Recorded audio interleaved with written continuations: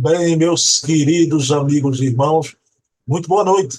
Estamos aqui em mais um programa Leon Denis, o apóstolo do Espiritismo, sempre na companhia agradabilíssima de Charles Kemp, o presidente da Federação Espírita Francesa, grande pesquisador do Espiritismo. E o Charles, como sempre, com aquela fidalguia, vai nos trazer informações muito importantes sobre a vida e a obra de Leon Denis. Então, peço a vocês para, nesse momento, fazermos uma oração, agradecer a Deus por essa oportunidade, mais uma, de conhecermos um pouco mais do grande filósofo do Espiritismo, Leon Denis, esse espírito celta que desenvolveu um trabalho maravilhoso de divulgação da nova doutrina em França. Possamos, mais uma vez, homenageá-lo na noite de hoje, com a palavra carregada de convicção do querido Charles Kemp. Então, pedindo permissão a Jesus, a quem tudo devemos, iniciamos a nossa reunião da noite de hoje. Deixa eu colocar aqui Charles Kemp na nossa sala. 2 minutinhos. Pronto, já estou aqui com Charles Henrique Kemp para mais uma noite de conversa fraterna, de estudo. Charles, como sempre, traz uma palavra reveladora. Meu amigo Charles Kemp, boa noite. Tudo bom, Charles? Boa noite, Bruno. Tudo bem, graças a Deus. Eu fui muito feliz de estar aqui novamente. Muito agradecido também pela oportunidade. Meu amigo Charles Kemp, eu sempre faço, no início das nossas reuniões, eu sempre faço a você uma pergunta relacionada ao movimento espírita, né? Fora da pesquisa, para a Uhum. gente esquentando os tamborins, né? Esquentando os tamborins. Charles, eu queria fazer uma pergunta ao pesquisador Charles Kemp, né? Que recentemente foi lançada uma obra biográfica sobre Kardec. E a gente, nesse novo momento da pesquisa, Charles, a gente está sentindo muita segurança pelo caminho das fontes primárias, da verdadeira historiografia. O que salta aos olhos, Charles Kemp, é que nessa obra o autor não cita as fontes primárias, só que algumas que ele cita, ele descontextualiza, desvirtua. Você teve conhecimento dessa obra e o que você acha de obra biográfica que quer fazer historiografia sem citar as fontes? Pois é, Bruno, tem de tudo, né? Eu acho que eu não, primeiro, né? Eu não tenho um livro, não conheço, não consegui ler ele completamente, né? Mas alguns irmãos aí do Brasil me enviaram alguns trechos, né? Para verificar, né? Certas interpretações e realmente deu para detectar. Um exemplo é quando ele fala da certidão de nascimento da irmã menor, né? De Rivai, né? Que é a Isaura. Claramente, a leitura que ele tem do original em francês, traduzido para o português, está errado. Quer dizer, não diz de jeito nenhum o que ele está pretendendo que diz, né? Quer dizer, tem alguns erros assim flagrantes, né? Agora, citar as fontes, bom, uma obra científica, né? Historiadora, séria, tem que citar as fontes, né? Porque senão, se não citar as fontes, né? Claro que a gente pode ir procurar, né? Essa certidão de nascimento, né? Que a gente já descobriu há muito tempo, né? Mas o autor que faz afirmações, né? Sem citar a fonte dessa afirmação, é uma opinião pessoal, full stop, não passa disso, né? E parece que esse livro tem muito disso, né? Tem coisas certas, tem coisas boas e verdadeiras e tudo, mas por outro lado tem algumas afirmações que estão absolutamente não verificadas, né? Que parecem mais assim a opinião pessoal do autor, até que o autor, né, se digne, apresentar de onde, qual é a fonte que ele tirou essa informação. Sem a fonte é uma opinião pessoal, nada mais, né? Eu acho que foi bom uma iniciativa tomada por um cidadão, né? Parece que ele também, pela biografia dele, escreveu livros sobre outros assuntos como ufologia, né? Que nem sempre são assim 100%, vamos dizer assim, compatíveis com o espiritismo, mas tudo bem, né? Temos que respeitar os trabalhos, né? A editora O Clarim, que também é uma editora relativamente séria, né? Mas, bom, tá aí, né? Não é uma obra perfeita, isso com certeza. Tem alguns erros dentro, né? E esperamos que o autor, né, seja receptivo, né, a esses erros, né, que já foram assinalados para ele numa próxima edição corrigir, pelo menos corrigir alguns deles, né? Charles, eu conversei com o Carlos Chetti, é exatamente a mesma opinião sua a respeito dessa obra. Agora, o meu lamento, Charles sempre, né? Eu lamento muito que uma obra dessa para uma editora, como você disse, de respeito, ela tem uma tiragem boa, vai vender de forma razoável, e a obra do Carlos Chetti ainda com a tiragem e com a venda tão baixa, né? Uma É, obra maravilhosa, espírito sobre investigação, porque para mim é a maior biografia de Kardec até agora, né? Você está com ele aí, Charles? essa eu tenho, sim, essa Ah, aqui, aham. espírito sobre Inclusive investigação. com dedicatória do autor, né? Uma Uhum. dedicatória, né? Eu tenho uma obra e não tenho a dedicatória. Essa sim, cita todas as fontes, né? Tem todas as, não tem, acho que mais de 100 notas, né?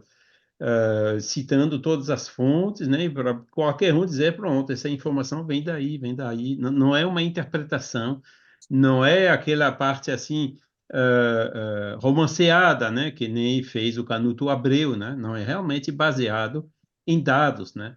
E trabalho histórico sério tem que ser isso mesmo, né? Eu fico feliz de ter podido contribuir, né, para vários, de buscar várias, né, nos arquivos aqui na França, as fontes, né, que serviram para vários autores. Eu não faço questão que citem meu nome, não, mas faço questão que citem a fonte, né? Isso vem de tal documento, cota número tal, biblioteca número tal, arquivo número tal, né? Porque aí qualquer um, né, cientista sério, historiador sério, vai lá, pega a fonte, né, se não for reproduzida no livro, e verifica, né? Pode verificar que tudo que está no livro é sólido, né? Assim mesmo, tem pessoas aqui na França, principalmente, um grupo que são católicos fanáticos, né? Que usam essas mesmas fontes, mas desvirtuam, né? A interpretação, né? Mesmo assim, né? Citando as fontes, às vezes a interpretação não é correta, né? Ou é discutível, né? Mas o Carlos ele sempre fez um trabalho bastante neutro e objetivo, né? E isso é que a gente precisa. Para mim, é a melhor e maior biografia de Kardec até hoje, a obra do Carlos. E não trata só de Kardec, ainda tem os É, médicos, os pois espíritos. é.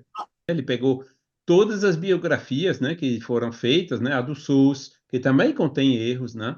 Ele pegou aqui na França houve vários outros, né? O Vartier, ah, houve a da Anna Blackwell na Inglaterra, houve a do Canuto Abreu, né? E colocando, né, todas essas biografias, aí vem quem copiou em quem colocou o erro de quem, que ele colocou alguma coisa nova e comparar isso com as fontes primárias que foram achadas até agora, né? E estou muito interessado, né, em colaborar com ele nisso, né?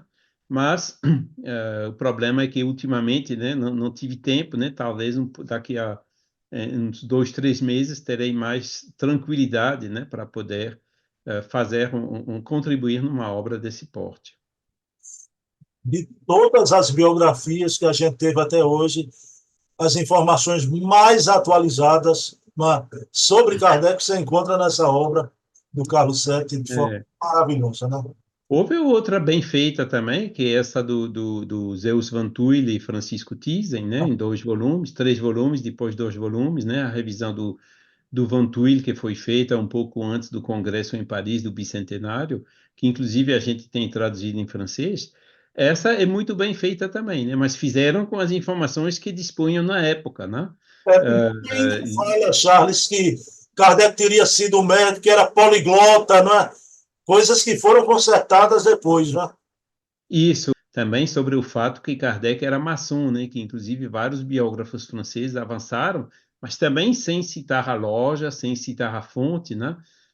citando algumas informações, mas a gente já foi procurando aí, né? E até agora não se encontrou nenhuma evidência também sobre isso, né? Ao contrário, né? Quando a gente lê as obras de Kardec, né? A gente vê que ele conhecia a maçonaria, né? Mas escrevia de uma maneira para mostrar claramente, né, que o espiritismo, a doutrina espírita, não tinha algumas dessas características fundamentais da maçonaria, né, o lado escondido, né, que o espiritismo estava aberto, não tinha um ensino reservado aos membros ou às elites ou aos iniciados, né, que eram realmente tudo escrito no grande público nos livros da codificação, sem ter nada escondido, né? Então, daí a gente pode ver que, mesmo que ele conhecia, mesmo que talvez o pai dele era maçom, né? Inclusive o Lemarie, o Leon Denis, né? Foram maçons, né? E vários outros, né? Provavelmente o Alexandre Delan também foi, né? Mas Kardec, pelo visto, nunca foi iniciado numa loja. Ou se foi iniciado, foi realmente uma loja assim bem discreta, pequena, da qual não se encontra nenhum arquivo hoje em dia. E a questão da pesquisa de vocês, a questão do Kardec poliglota, o que ficou comprovado é que Kardec falou sim o alemão, mas na juventude depois esqueceu, não é, Charles? Isso, eu também falava alemão assim fluente, né, quando era jovem, mas depois de algumas décadas sem praticar, a gente perde, né? A gente entende, né? Mas agora a fala realmente não. Mas Kardec foi para Londres, né? Então ele falava inglês lá em 1837, quando ele foi lá, né? Rivai. E ele traduziu Fénelon, né? A obra de Fénelon para o alemão. Foi uma obra dele também, né? Então, que ele, inclusive o alemão, né? Que era uma das línguas faladas lá em Verdun, né? Tem biografias que dizem que ele era poliglota mesmo. E esses católicos aqui na França que combatem o espiritismo, eles dizem: vejam como os espíritos mentem, vejam como eles exageram as qualidades de Kardec. Kardec não era assim, não. Né? Era viciado no jogo, aí eles deturpam no sentido inverso. Agora, o fato de fazer afirmações que não são comprovadas, né?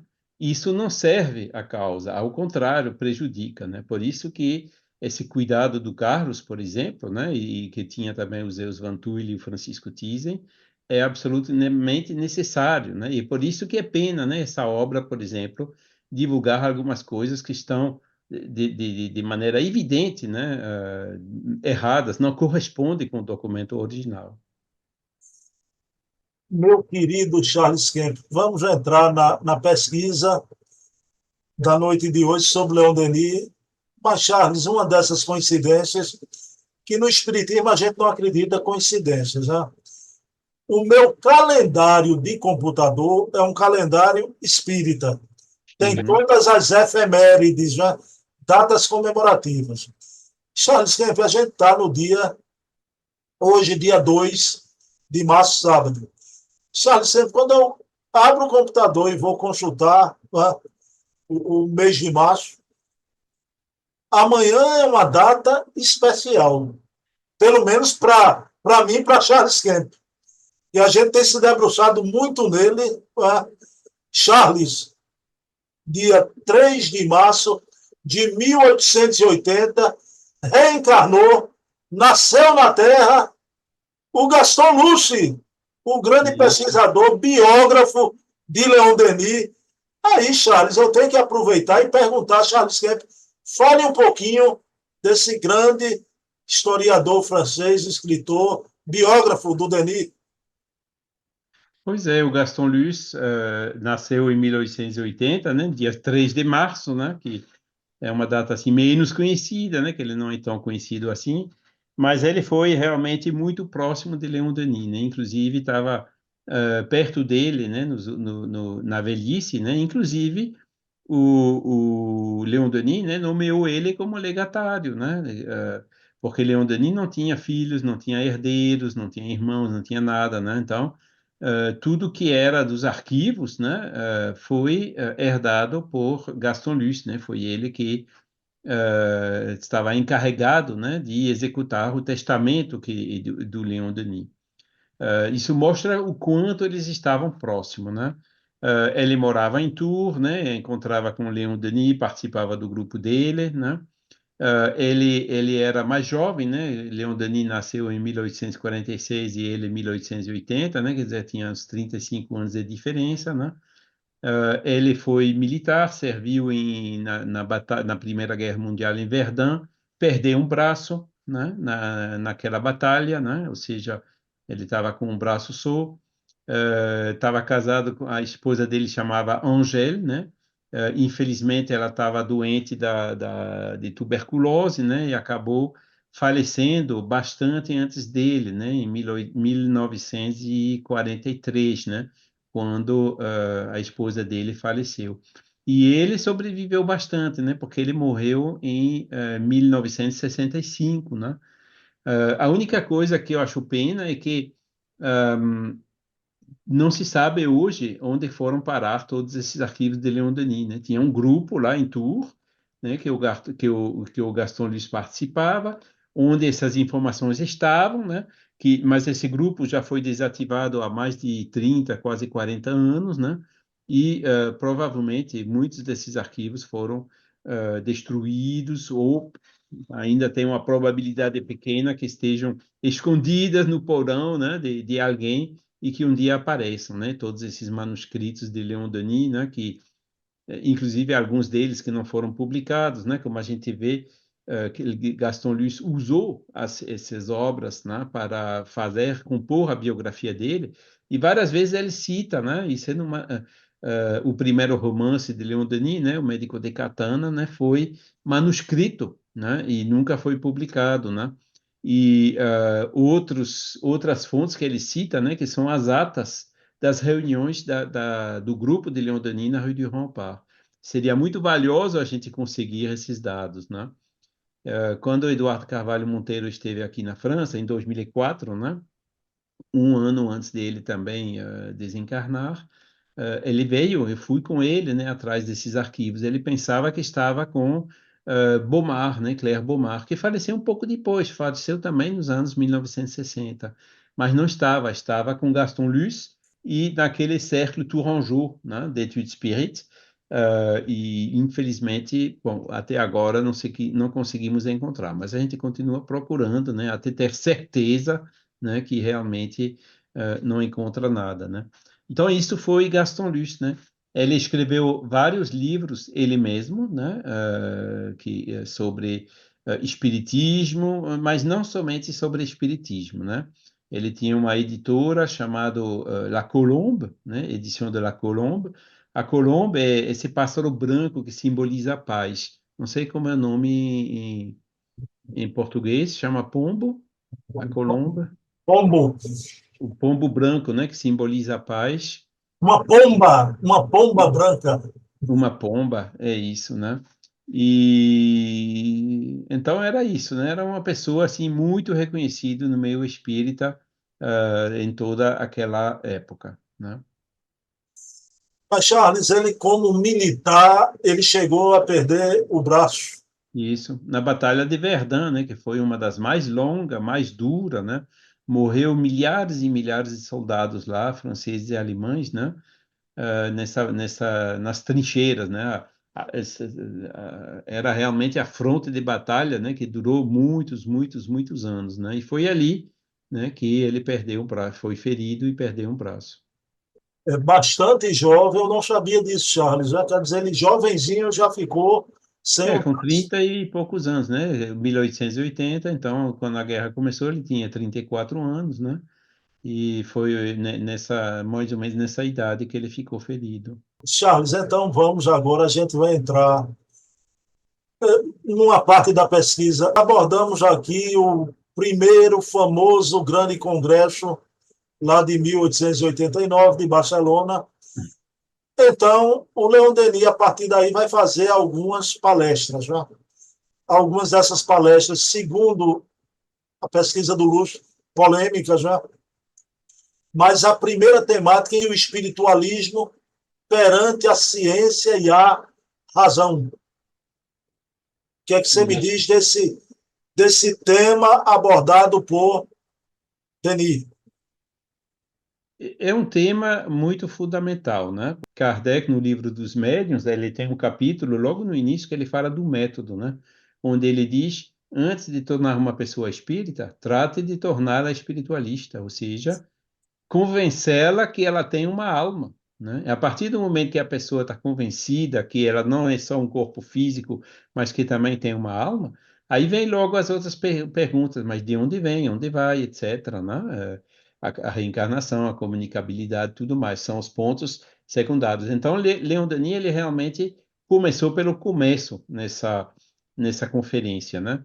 Ele mostrava o materialismo, né? Ou seja, aquela doutrina que diz que não existe alma, que nós somos, então, seres materiais exclusivamente, né, regidos por reações bioquímicas dentro do nosso cérebro, né, é a tese deles, né, e o espiritualismo experimental, né, que mostra vários fenômenos que não podem de jeito nenhum ser explicados por essas reações bioquímicas, né, tipo premonições, visão à distância, né, emancipação da alma, enfim, todos esses fenômenos, né, do espiritualismo experimental que são observados também com metodologia científica, né, mas que chegam, né, com metodologia científica, que chegam com a convergência de provas em favor de que existe alguma coisa independente do corpo físico no ser humano e que sobrevive a ele, né?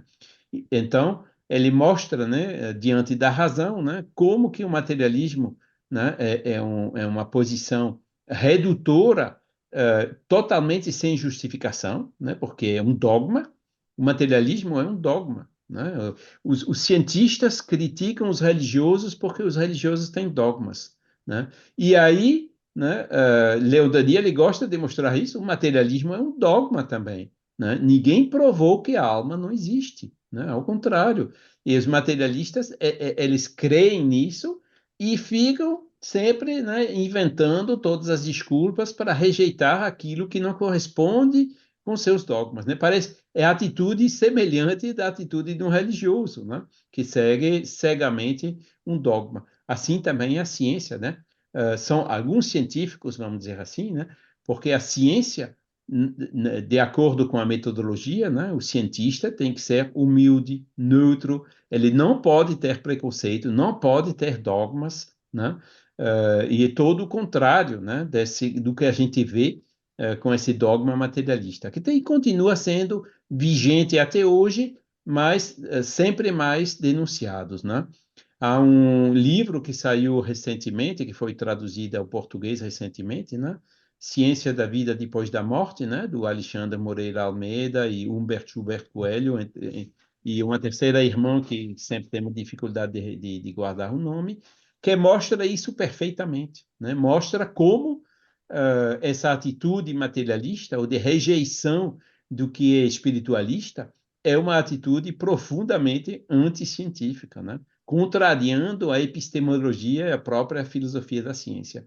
Então, são esses os argumentos, né, que, claro, não nesses desenvolvimentos, né, porque a epistemologia só veio, né, com Lakatos, com Popper, com Kuhn e outros, né, no século XX, depois de Leon Denis, né, mas que Leon Denis já argumentava, né, para mostrar que o espiritualismo experimental era realmente, seguia a metodologia científica, né?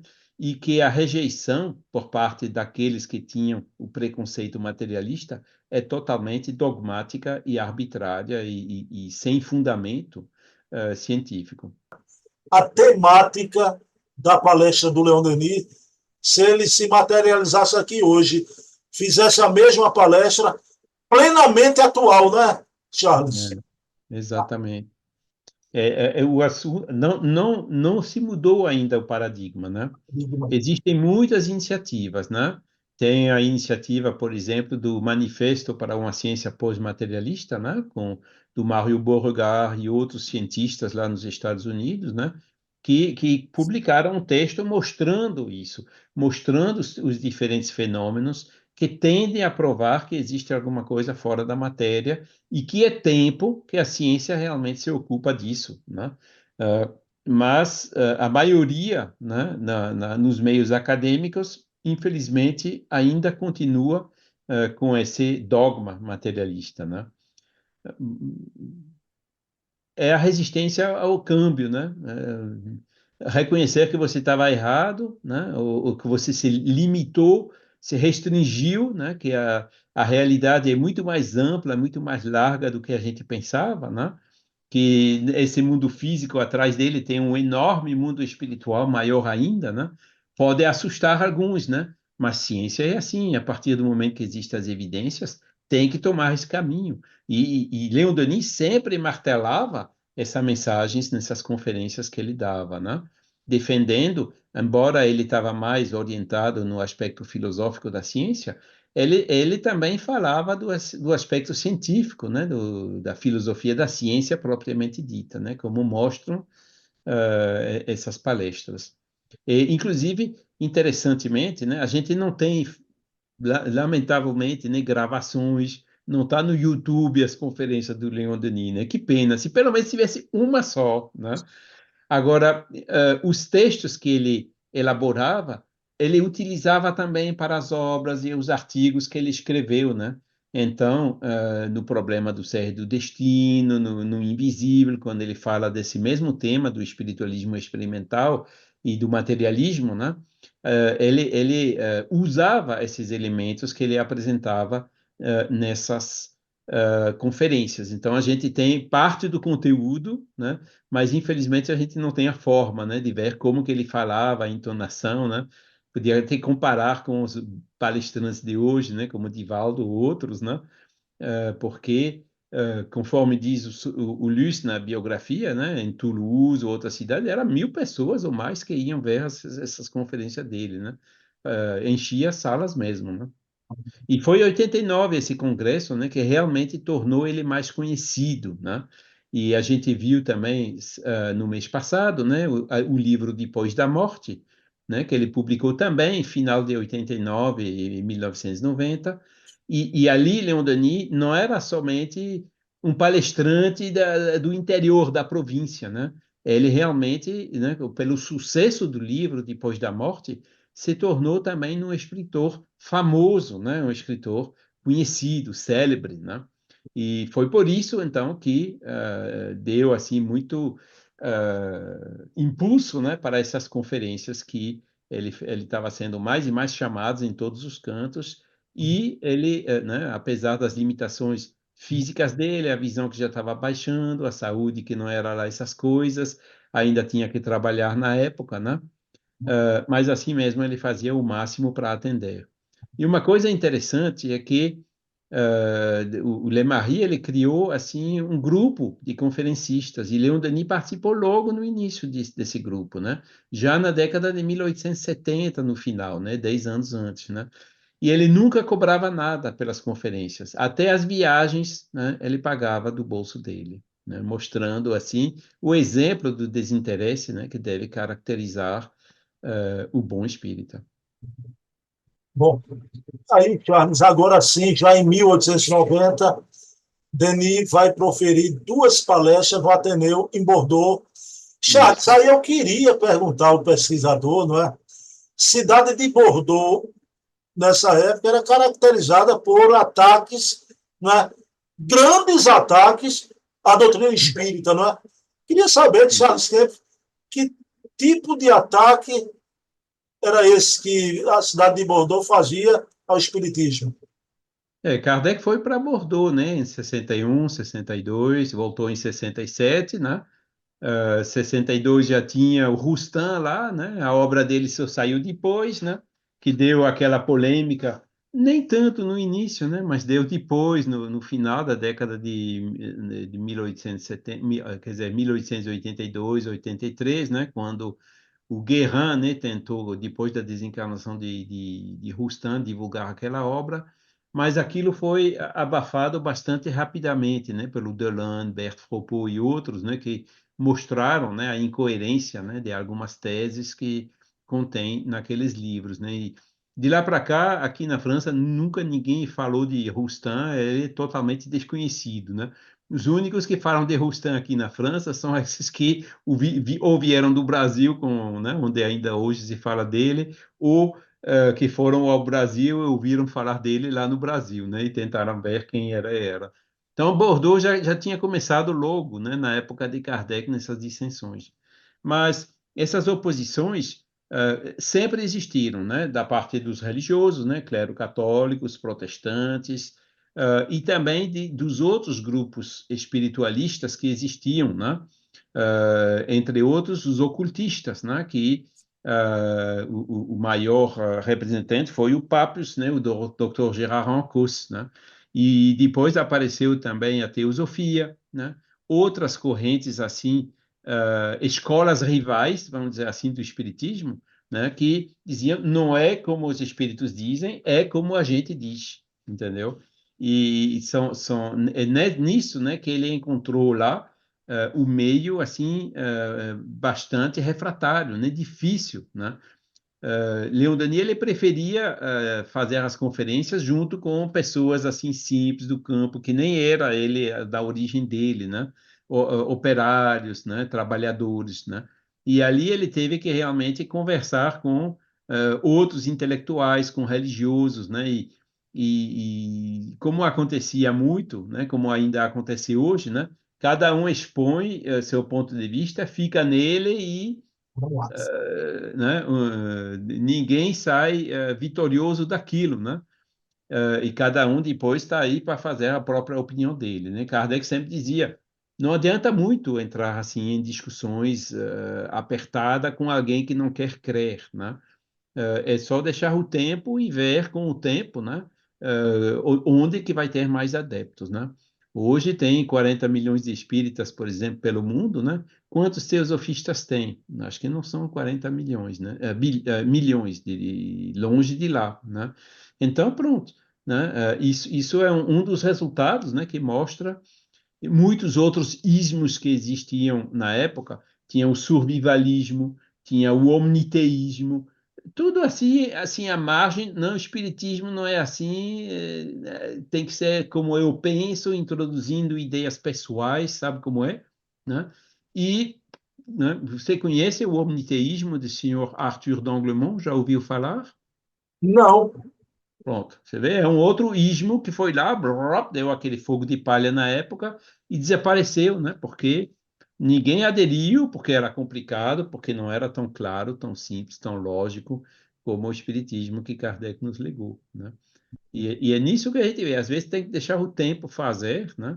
Porque de conversar com alguém que realmente não quer entender, a gente pode fazê-lo, né, que nem seguindo mais uma vez o exemplo de Kardec na obra O que é o Espiritismo, né?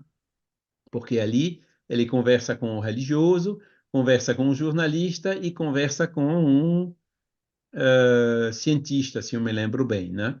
E ele argumenta até um certo ponto, mas depois você está totalmente livre de pensar como você quer, né? Ele não vai entra mais fundo assim na polêmica, no debate, né? Já Leon Denis ele entrava mais um pouquinho, né? Ele ia mais longe, né? Principalmente com os religiosos, por sinal. bom, vou usar o Leon Denis com esse perfil que o Kardec tinha também, meu querido Charles sempre.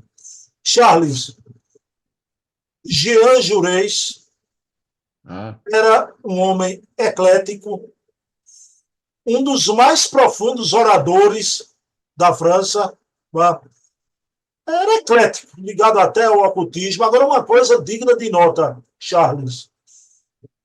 Jean Jaurès vai abrir uma sala de conferências na Faculdade de Letras para Leon Denis fazer uma palestra. Né? isso. Só que os socialistas não viam com bons olhos o espiritismo. E o Jean Jaurès era um socialista, Charles. Foi isso mesmo. E vai levar Denis para a Faculdade de Letras para palestrar. Na época ele era professor de filosofia, era jovem ainda, o Jean Jaurès, né? E ele trabalhava na prefeitura, né? Ele era vice-prefeito lá em Toulouse, né? Então, ele tinha autoridade em autorizar a emprestar as salas, né? E emprestou, né? Concordou que Leon Denis pudesse falar na sala de conferências da Faculdade de Letras de Toulouse, né? E cada vez que Leon Denis ia para Toulouse, até nos anos seguintes, né? Conseguia sem nenhum problema a autorização de se expressar ali. Então, Bordeaux foi complicada, né? Mas às vezes é pouco, né? Em Toulouse, né? O público, né? Inclusive o Jean Jaurès, né? Ficaram muito mais abertos para o espiritismo. Jean Jaurès ele fundou depois o jornal na França que chama L'Humanité, que ainda existe hoje, né? Que é o jornal do Partido Comunista aqui na França, né? Mas Jean Jaurès foi depois que ele se tornou, ele foi eleito deputado, né? Ele se tornou socialista, mas a característica dele, como o Leon Denis mostra bem nos artigos que ele escreveu, né? Que foram colocados no livreto lá no Brasil, que se chama Socialismo e Espiritismo, os 3 últimos capítulos, né? Ele fala do Jean Jaurès espiritualista, mostrando que o Jean Jaurès era um socialista. Ele se tornou assim famoso e conhecido justamente porque ele era socialista espiritualista, né? Socialista de coração, né? E não aquele socialista materialista, né? Tipo Karl Marx, tipo os bolcheviques, tipo depois o socialismo nacional, os nazistas na Alemanha, né? E o que a gente vê hoje na Rússia, né? Os regimes socialistas hoje, inclusive o Partido Socialista aqui na França, são os mais duros, né? São mais a favor do aborto, da eutanásia, de coisas assim, né? E não sei como é no Brasil, né? No Brasil é um pouco diferente, né? Porque o contexto religioso é diferente, né? Mas são desse lado do socialista que você realmente encontra mais materialistas, né? E isso é uma pena, porque Leon Denis ele mostra bem, né, o socialismo do futuro, aquele socialismo que visa ao bem-estar social e material da maior fração da humanidade, né, que é um intuito, um objetivo assim extremamente positivo e legal, só pode funcionar com o paradigma espiritualista. E ele dá o exemplo do Jean Jaurès, né? Ele cita, inclusive, né, que o Jean Jaurès autorizou aquela sala lá em Toulouse, né, para mostrar qual seria o regime político do futuro, né? Seria um regime buscando esse bem-estar social dos humanos, mas também justificando esse bem-estar social com o paradigma espiritualista, né? Que nos dá essa visão da vida imortal, né? E não limitada, né? No materialismo, que depois da morte não tem mais nada, e que induz, né, fatalmente, como Leon Denis sempre demonstra, o ser humano a gozar e aproveitar no máximo enquanto está aqui, porque depois não tem mais nada, né? Ou então, pior ainda, né, as concepções materialistas que fazem de nós uma máquina, ou seja, sem nenhuma responsabilidade, né? Uma máquina, né, uma reação bioquímica, se eu faço o mal, não é minha culpa, é a culpa da máquina, do programa que foi feito, entendeu? Tira totalmente as noções de responsabilidade, de ética, de moral, né? E que não pode ser, né? E esses foram realmente os temas favoritos de Leon Denis, né? Que ele divulgava mais nessas conferências. Bom, Charles, você se referiu à França. Aqui no Brasil também, infelizmente, não é? O aborto é pauta dos socialistas e da esquerda brasileira. Infelizmente, isso é fato, não é? Infelizmente, porque qualquer lado que fosse, né, a favor do aborto, somos espíritas, a vida é uma outorga de Deus, né? Mas, meu querido Charles Kemp, o Jean Jaurès era um socialista, era um cara eclético também, e haviam os ocultistas na França. Sim. Esse pessoal do ocultismo, Charles, achava que os espíritas eram muito cautelosos e criticavam muito os espíritas porque eles não aceitavam os elementais. É. Isso entristecia muito o Leon Denis, esses ataques por conta disso, né? Aí eu pergunto a Charles Kemp, pelo menos de nome você deve ter conhecido, Aqui no Brasil, houve um grande divulgador, o Edgar Ramon, de São Paulo, né, que divulgava em suas obras, né, Mediunidade, né, Os Exilados da Capela, né, divulgava a existência dos elementais, seres como gnomos, silvos, salamandras, né, o que a gente não encontra em Kardec. Né? E os ocultistas da época da França criticavam muito os espíritos. Né? Eu quero que você se reporte a esse período histórico aí. O Leon Denis ficou muito triste com esse ataque dos ocultistas, mas eu queria saber também o que Charles Kemp pensa sobre essa temática dos elementais. Certo. Não, Leon Denis ficou triste, né? Porque, por exemplo, os ocultistas são, na maioria deles, espiritualistas, né? Os católicos também, os religiosos são espiritualistas, né? Então, tem um ponto em comum já importante, né, entre os ocultistas, os espiritualistas e os espíritas, né? Mas, infelizmente, depois fica cada um arraigado, um nos dogmas, né, o religioso, e o outro nesses princípios, né, que ele vai buscar nos milênios de ensino esotérico, escondido, sei lá, né, que vem de muito longe, né, desses seres, né, que eles chamam os elementais, né, que são tipo espíritos que eles imaginários, né, que governariam, né, alguns fenômenos e as leis naturais, né, mas que o espiritismo, né, quem argumenta muito sobre isso é o Alexandre Delan, na obra que ele escreveu, que é Onde a Alma é Imortal. Ele diz, não, quando a gente se comunica, os fenômenos que a gente vê, né, aparece claramente que né, as individualidades dos espíritos que eram humanos, encarnados, e agora desencarnados, né, se manifestam, né? Então, não há necessidade nenhuma de inventar assim espíritos imaginários, né, como foi feito ao longo desses séculos, desses milênios, né? O espírito mostra que, por exemplo, o diabo não existe, o demônio não existe, os anjos decaídos não existem. Quem são os anjos decaídos? São as pessoas que ainda pouco evoluíram espiritualmente, são essas pessoas más, né, que a gente vê aqui na Terra, né? Mas na atualidade a gente vê um bocado, né? Hoje em dia, não quero citar nomes, mas que quando se desencarnam, continua sendo o espírito das trevas, como se diz ali, né? Então, isso que simboliza, é simbolizado pelo demônio, que não existe em si. É simplesmente, né, pela lei de afinidade, a reunião desses espíritos ainda atrasados, né? Então, não há necessidade nenhuma em admitir esses elementais, porque os ocultistas e os teosofistas, inclusive, eles iam até dizer que quando o espírita faz uma reunião mediúnica, que ele pensa que entra em contato com o pai, a mãe, né, defunto, né, os seres amados do além, eles não é isso que acontece, eles entram em contato, né, com esses elementais, com esses egregor, se diz em português também, né? Hoje, né, a gente escuta também memória akáshica, coisas assim, né? Mora clássica. Pois a gente vê todas essas noções não são necessárias. A memória é a memória de cada espírito que está aqui, entendeu? Se a gente vai pelo princípio de parcimonia, né? Qual é a explicação mais simples? Ainda é a explicação espírita, né? E isso Gabriel Dolan ele mostra muito claramente. Só que essas pessoas, os ocultistas, né, não fica realmente amarrado a essas noções antigas, né?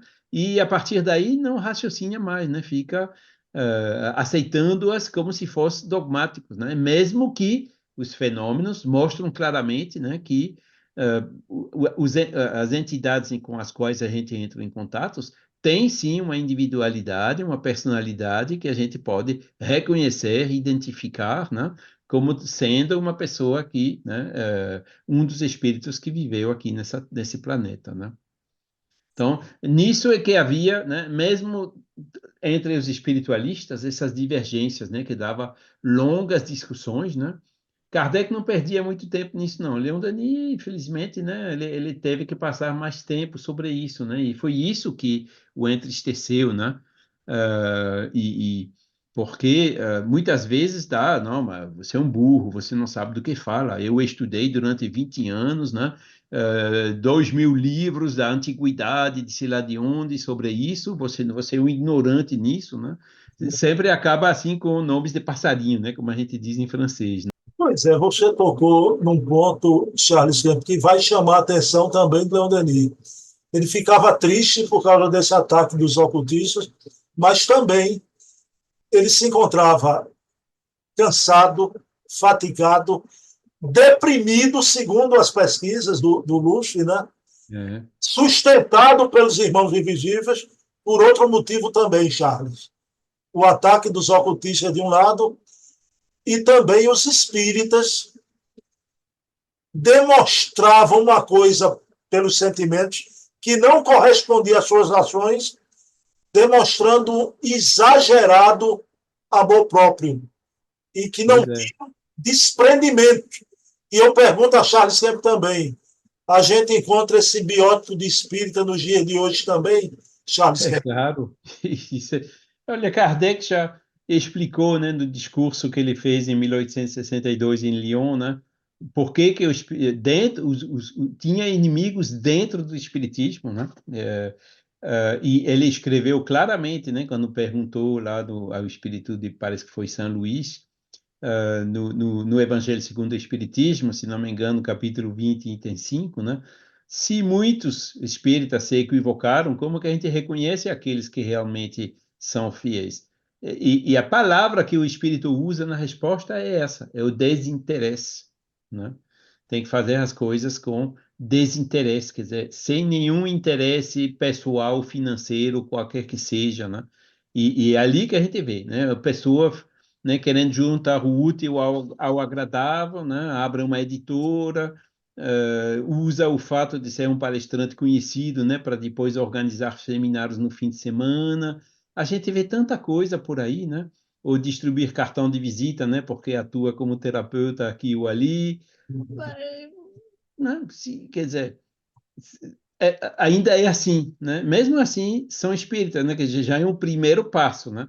Agora, não são ainda esses espíritas cristãos, né? Da terceira categoria, né? Que Kardec define também lá naquela mesma palestra ou no Livro dos Médiuns, né? Que são esses que realmente entenderam a doutrina, né? E colocam, né? Aplicam os ensinamentos sobre si próprios, né? Esses que são os verdadeiros espíritas ou espíritas cristãs, como ele diz.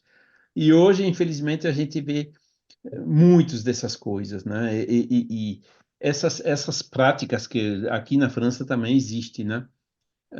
Claro que a gente tem uma atividade profissional, né? Você trabalha, né, numa loja, eu trabalhei como engenheiro e faz o espiritismo no tempo livre que a gente tem, né?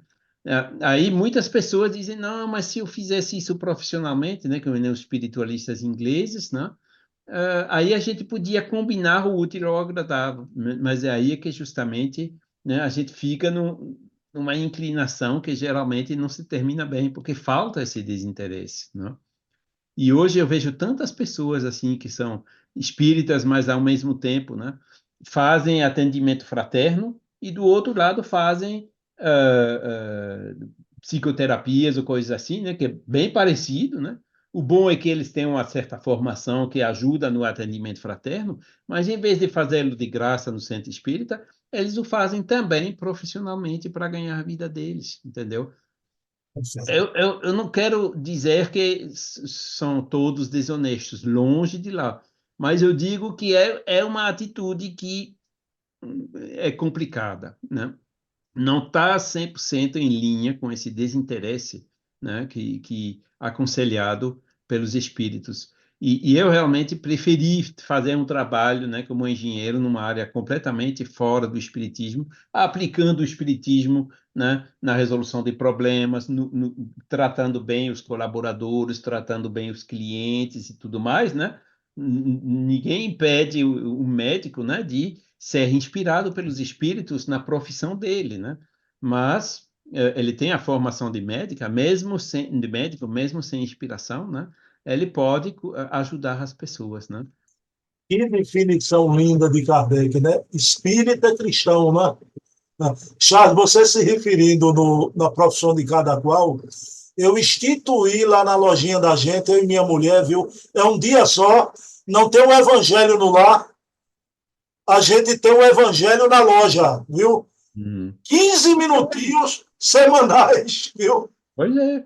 Por que não fazer uma prece na loja ou no trabalho? Pode fazer prece lá, ajuda os colaboradores. Eu vi, inclusive, parece que foi da Petrobras, alguma coisa assim, né? No canteiro, né? Onde eles trabalhavam, faziam uma prece no início do dia. E muito bom isso aqui, entendeu?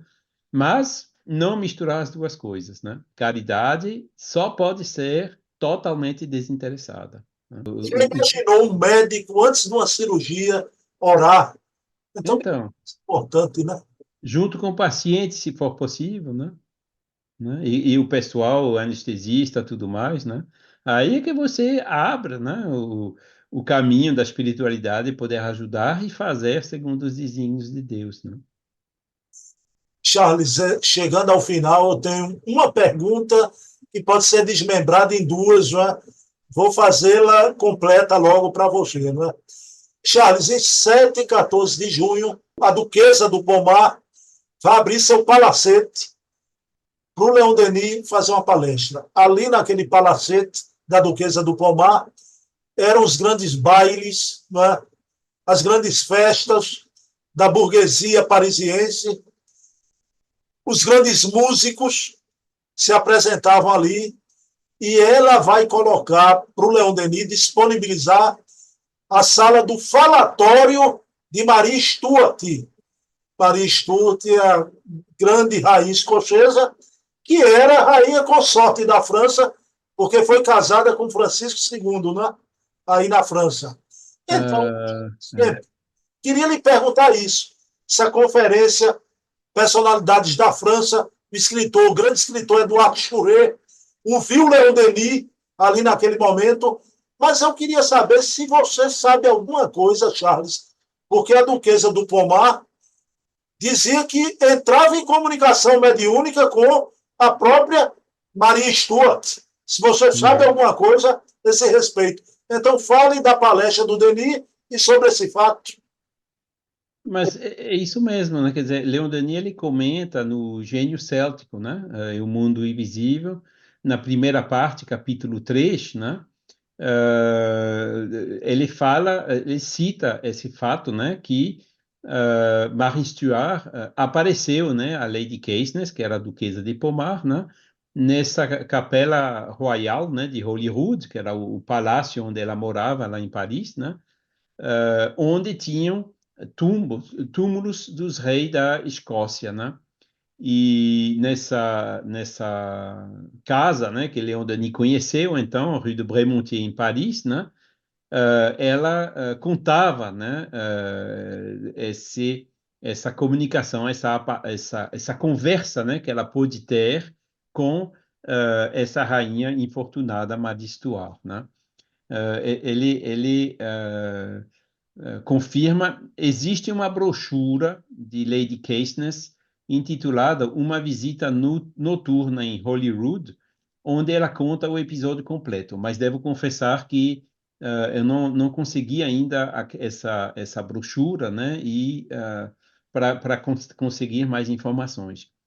Mas o mais importante é que ali realmente, né, se reuniam elites, né, não só músicos e autores literários, poetas, também homens políticos, cientistas e tudo mais, né, quer dizer, era realmente a elite mesmo, né, da sociedade francesa e parisienses que estavam ali reunidos. E vejam só, ela convida o Léon Denis, né, lá de Tours, né, operário, filho de um pedreiro, né, e pessoa simples, né, para vir fazer fazer palestras, né, conferências diante desse tipo de público, né? Imagina o coitado de Leon Denis, meu Deus, como é que eu vou fazer, né? E o livro dele, depois da morte, né, já tinha saído, né, em 1890, e ele era conhecido, né, como autor, né, e aí as pessoas, o livro dele teve sucesso também junto dessa população, e o que surpreendeu ele é que ele lá recebeu ele foi acolhido bastante favoravelmente, né? Melhor do que em Bordeaux e aqueles muitos outros refratários, né? E mesmo se tinha lá também alguns céticos, né? Que é claro, pelo menos eles ficavam mais discretos, né? Não ousavam mais, né? Contradizer assim diante de todo mundo, né? A opinião do conferencista, né? Ele teve mais, assim, vamos dizer assim, liberdade, né, para poder se expressar sem sofrer logo de cara, como foi o caso em Bordeaux, daquela oposição, né, de escolas rivais, né? Então, mesmo assim, Leon Denis sempre preferiu, né, fazer conferências, né, como ele fez também na Bélgica, na mesma época, né, com trabalhadores das minas, com pessoas simples, com operários, né, era realmente o público que ele preferia. Mas assim mesmo, né, quando o dever chamava ele para ir em lugares como esse, né, o Salão da Duquesa de Pomar, ele ia, né, ele não se omitia, né, desses compromissos porque sabia, né, que o Jerônimo de Praga e os guias espirituais e até o Espírito Azul, né, Joana de Arco, sempre estavam lá atrás dele para ajudá-lo nessa missão. Bom, Charles Kemp, mais uma noite maravilhosa, né? Então, tanta coisa aqui que a gente não sabia, né? Não sabia da dor do grande Gaston Luz de ter perdido o braço, né? Esses pontos todos da história, a questão dos elementais, que já era uma polêmica lá na França, questão de Maria Stuart agora no final, né? E o Charles já trouxe outros relatos de aparição do espírito da Maria Stuart e Leon Denis brilhando em todo esse panorama. Então, lá na pobreza, entre os pobres, mas também nos salões, no salão da sala de falatório da Maria Stuart, com Eduardo Churré, Duquesa do Pomar, e o Leon Denis levando a doutrina espírita com galhardia, que espírito maravilhoso. Porque tinham jornalistas também, né? Saía nos jornais, né? Era uma divulgação realmente extraordinária que ele conseguia fazer naqueles momentos, né? Bom, Charles, a prece final contigo, pode ser? Com satisfação. Vamos então elevar os nossos pensamentos para esses mentores que sempre estão aqui, enviados por Deus, por Jesus, para nos amparar sempre, né? E que esperam de nós justamente essa elevação de alma para podermos estar em sintonia com eles. E a partir daí, a intuição, a voz da consciência, a inspiração, né, vão nos ajudar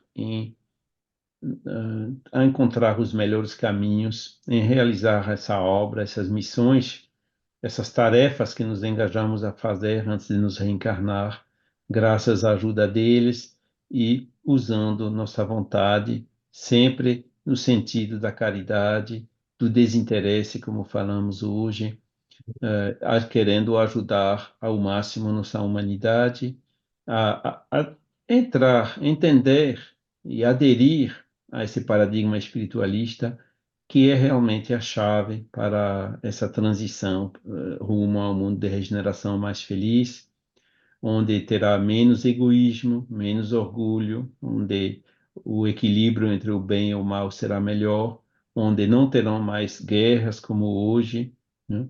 Então, ainda temos bastante trabalho aqui neste planeta e vamos, então, nos esforçar nesse sentido, graças a esses mentores.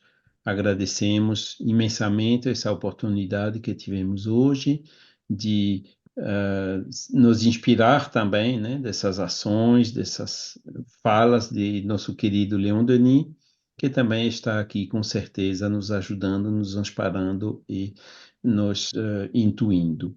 Muita paz a todos. Bom, meus queridos irmãos, para o mês, no primeiro sábado, então no mês de nascimento da doutrina, estaremos aqui no primeiro sábado, eu e Charles Kemp. Quero dedicar esse programa a você, minha mãe, espírito imortal, que hoje habita os planos espirituais. Minha mãe, te amo, você sabe disso. Mas, Charles Kemp, eu queria dedicar o programa de hoje também particularmente ao querido Gastão Lúcio, pela sua data de amanhã, a data que ele nasceu na Terra, 3 de março de 1880, nossas vibrações para Gastão Lúcio, onde ele estiver. Né? E, Charles Kemp, sem exagero algum, adoro conversar com você, viu, Charles? Obrigado, Bruno. É recíproco. Que bom, que bom. Merci beaucoup. Merci à toi, merci à tous. Muita paz. Faz bem.